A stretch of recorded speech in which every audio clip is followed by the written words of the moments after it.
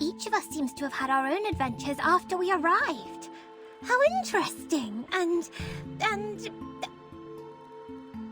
wonderfully fun! So, then we each arrived here in the stage. I mean, in Florence, at different times. How odd. As far as this apple recalls, the instruction book didn't mention anything about that.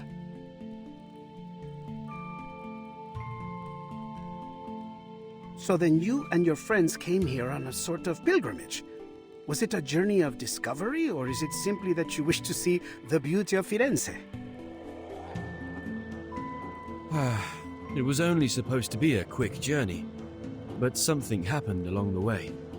Accidents, murders, and now the threat of an all-out war. Again, I'm sorry, but we're in need of your help, Signore Apple. What do you mean, we? My friends and allies. My fellow assassins. Assassins? Mr. Ezio, I need to know more about this organization of yours before making any decisions.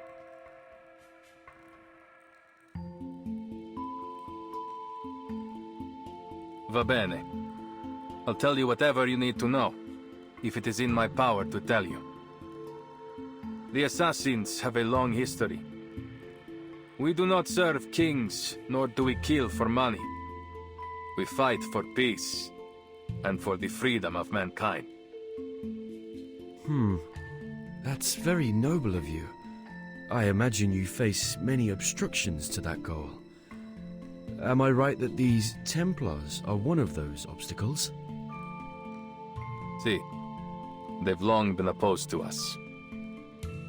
They prefer to impose their vision of order on others. They will stop at nothing until they control the whole world. If order is what they're after, this apple does sympathize with them to some extent. There is no such thing as absolute justice, but we can all do our best to pursue it. No. Nothing of what they do could be called justice. This order they believe in is only a disguise. All they truly desire is control. Their rise to power would be the end of freedom. No one would be spared.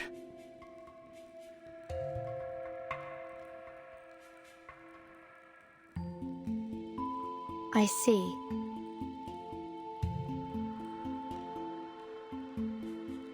Ask anything of us, we will do it for you. Anything within our reach. All right.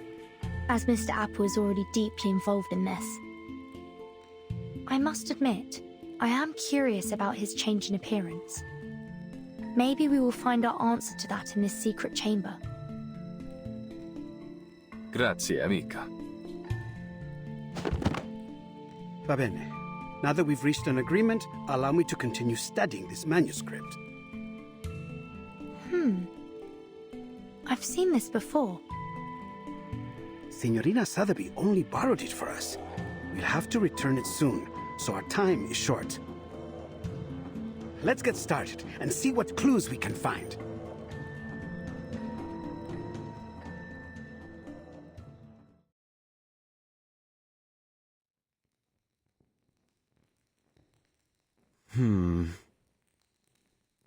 This is most confusing.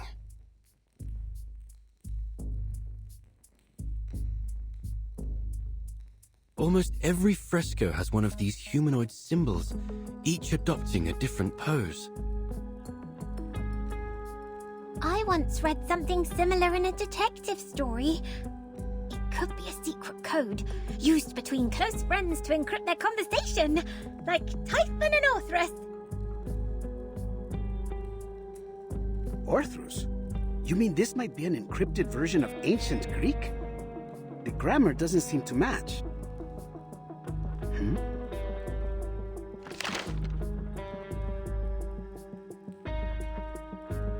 Mr. Leonardo, we haven't finished. Do you mind? Uccello. It's Paolo Uccello.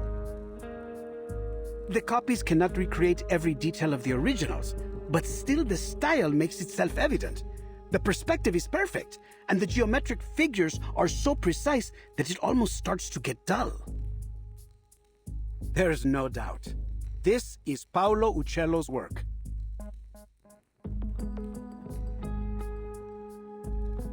What's wrong, Ezio?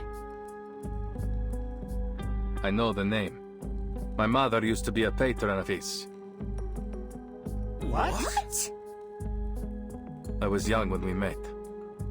All I remember is that he was a shy man who kept his head low as he worked. He left before what happened to my family. Then we lost touch.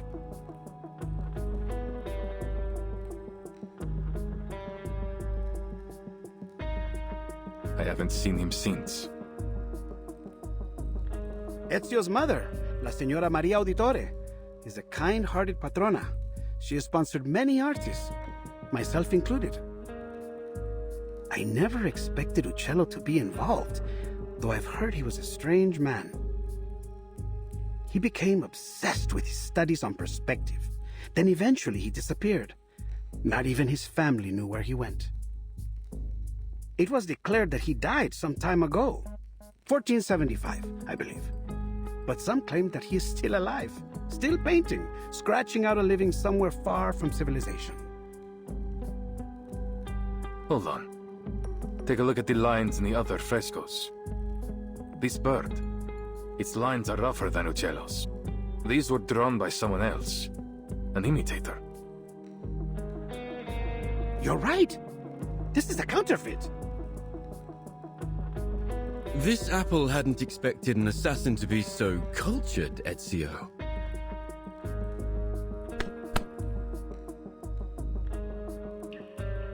Don't be fooled by his rough exterior, Signore. The Auditores were once one of the great families of Firenze. Not so powerful as the Medicis, but still.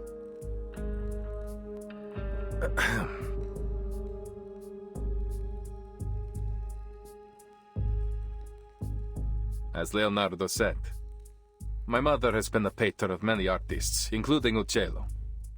I've seen his work many times on the walls of our home in Monteriggioni.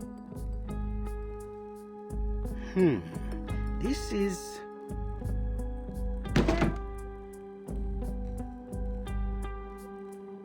Signore, signori, I believe I may have discovered the location of the hidden chamber.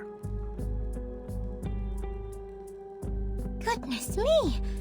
You figured that out before I could even finish the manuscript. Mi rincresce, mia signorina. Once I begin, it is hard to stop the mechanisms of my mind.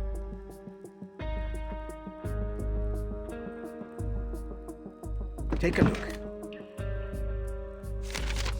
It's a copy of the dome's blueprint. I've never seen anything so perfect in its design. The design was inspired by the Pantheon, and Brunelleschi invented the double-layered dome on that basis. What a genius idea! The two shells serve as a buttress to each other, so that the dome could avoid from collapsing, even at this size. Precisely! But see here, the tunnel between the two shells is scarcely wide enough for a man to fit through. That is, except for this space below the ribs. Which means the secret chamber has to be there. Appunto. But it's no more than an inference for now. We must visit the Duomo to confirm it for ourselves. Ezio, you're familiar with this structure, aren't you? You've been beneath its catacombs. I am. I have. But the cathedral will be under careful watch by the Templars. I doubt we can slip in undetected. We need another way in. Don't worry. I have already devised a way.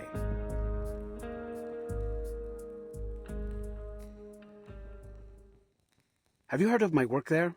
The Assumption of Mary?